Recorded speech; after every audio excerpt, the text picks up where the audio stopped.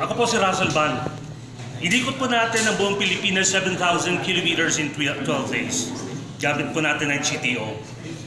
Can you just imagine how the machine contained the heat and the run for 12 days is tremendously tiring on our part. But ginaya po ng motor natin. And can you just imagine, we are just riding a 200cc motorcycle all over the country. Gamit po natin to. Hindi po nagawa ng sinong big biker yung ginawa natin.